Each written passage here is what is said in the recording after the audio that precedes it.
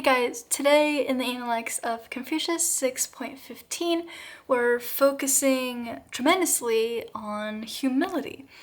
And we'll see how today's little person here that Confucius talks about today, we'll see how he practices humility to the utmost, most gentlemanly level.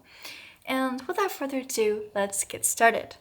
6.15, the master said, Meng Zhifan does not like to boast. When his army fled in the battle against the Qi, he guarded the rear. Yet upon entering the city gates, he whipped up his horses and said, I was not so brave as to stay behind to guard the rear. It was just that my horses refused to move forward. Alright, so Meng Zhifan was a senior official and a military commander, and he was a part of the Meng family or clan. And that was one of the three aristocratic clans who ruled almost everything in the state of Lu at that time, even though they weren't really supposed to. And around the 5th century BCE, the state of Qi had invaded the state of Lu. And yeah, we're on the Lu side right now. But unfortunately, they do have to retreat, and while they were escaping, Meng Zhifan voluntarily guarded the rear, which was the single most dangerous position in the army when you're fleeing, because that's the place that the enemy will target first, and so you're really just sacrificing yourself in order to have the rest of your army escape. So it was a very heroic act. And yeah, this guy was really known for being courageous and also humble. So let's just examine the text for a little while. So yeah, he did not like to boast, we'll get to that in a while, but when his army fled, so fled, it wasn't just a, okay, I'm running away now. Learning Chinese moment here. So the word that translated into fled here is ben, and the phrase I associate with this word is benpao. So benpao is like you're running like you're running for your life. So yeah, benpao, you're like running really quickly, running away. Kind of like how a horse would run.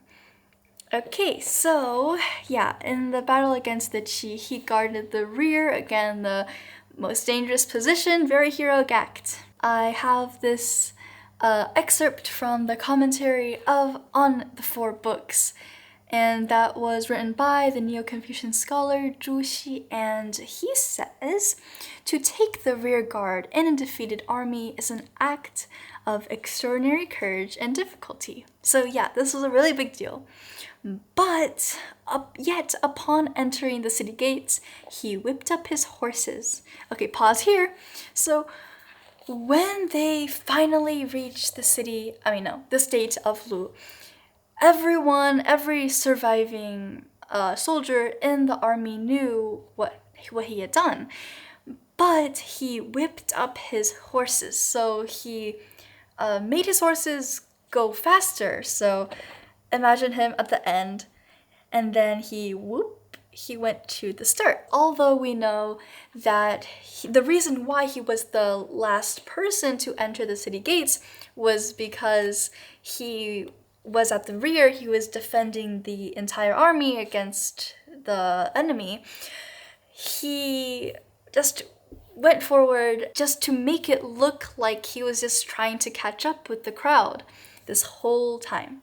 So yeah, first act of humility here. And let's think about it for a second. If he had been slow as he was entering the gates, if he had been slow and if he had been in the back, everyone would be like, wow, you're so amazing. So this way, by going forward, going faster, he's avoiding this line of praise that he would get.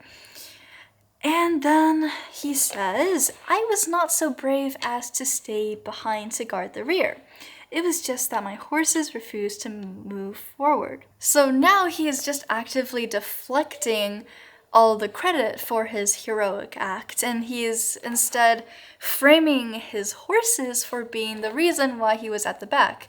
And he's saying, oh, it's just that my horses were too slow. It wasn't because of any other reason, and I couldn't have been so brave as to have guarded the rear, even though we all know he did. So there's actually two parts to this humility kind of thing.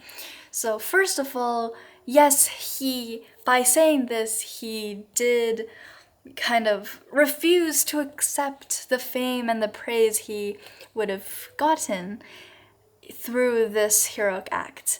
And second, he's also saving the faces of his other people, his other commanders and his soldiers. So if he had openly accepted the praise, then he would be technically, even though not directly, he would technically be shaming all the other people in the army for running away and being too scared to face the enemy, to be at the back. And by framing this as a pure accident, by blaming it on the horses, then he's not contrasting himself with the rest of the army, and he's not really comparing himself, saying, oh, I'm better than you because I'm braver than you.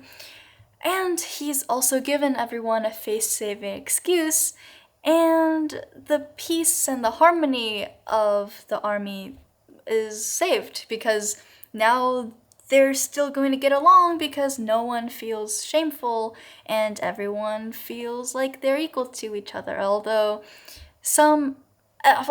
everyone might admire Meng Zhifan even more. Alright, so this is exactly why Confucius says that Meng Zhifan does not like to boast about his merits.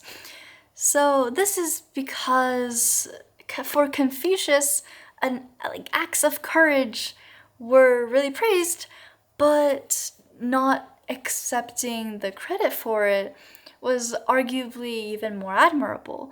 And that was because the Junzi, or the gentleman, or the ideal person in Confucius's point of view, does not just do these random acts of courage for external validation.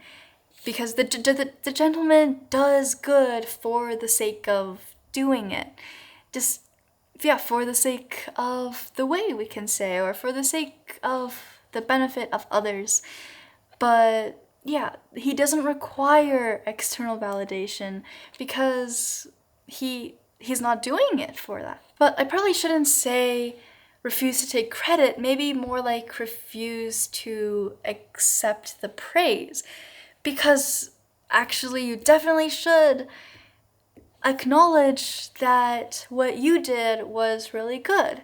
But in the presence of others, maybe you shouldn't make them feel like they're more inferior than you are just for the sake of harmony. A common misreading, just because Confucius doesn't explicitly say whether this is good or bad, is that Meng Zhifan was just putting on an act. This was all just a performance to make other people think that he was humble, even though he was just boasting anyway.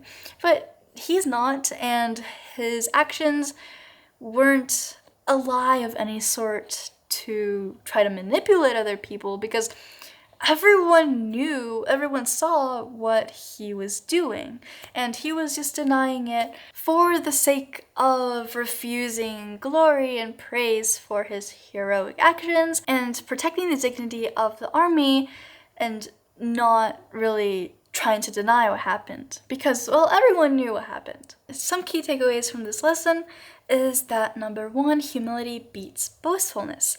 So that doesn't mean that you should beat yourself up or anything, but being more humble rather than being more boastful just means that you acknowledge that even though you did really good, and you should acknowledge that you did really good, but you're just too good to want external validation, because boastfulness is essentially just wanting praise. But humility is, you know what? I'm proud of myself, and that's all I need. I don't need other people to be proud of me. And number two, your wins don't need validation in order to be worth something, because you should let your actions speak for themselves, and if they were good, then people will naturally praise you. And again, that reminds me of the tree analogy that I keep talking about. So if you haven't been here, welcome to my really overstated saying. So imagine that if you're a tree, then you shouldn't worry about whether or not birds will want to rest on you, because if you just need to focus on being a good tree, so that when birds come and they see you, they're like, wow, I really want to rest on this tree. I really want to make a nest in this tree. So all you have to focus on is improving yourself, and that's really the only thing that you can have control over. And third, empathy matters even in victory. So let's think of if you were ever in school and you had sports matches, then you would probably know that, was it at the end? Yeah, probably. So at the end of every game, then everyone will line up, the team will line up here, and then your team will line up here, and then everyone would just go high five each other. No matter who won or who lost, they would still say, good job, good job, good job. I know, for me at least, my experience was that some people don't really mean it anymore, but at least this is like good sportsmanship, and we should know still, again, to be humble, even in victory, even when you deserve the praise. And last of all, do the right thing for its own sake, not just for external validation or for praise or for fame or for anything else. Just do the right thing because it's the right thing to do. And yeah, I hope you learned something today, and I will see you in the next one. Bye!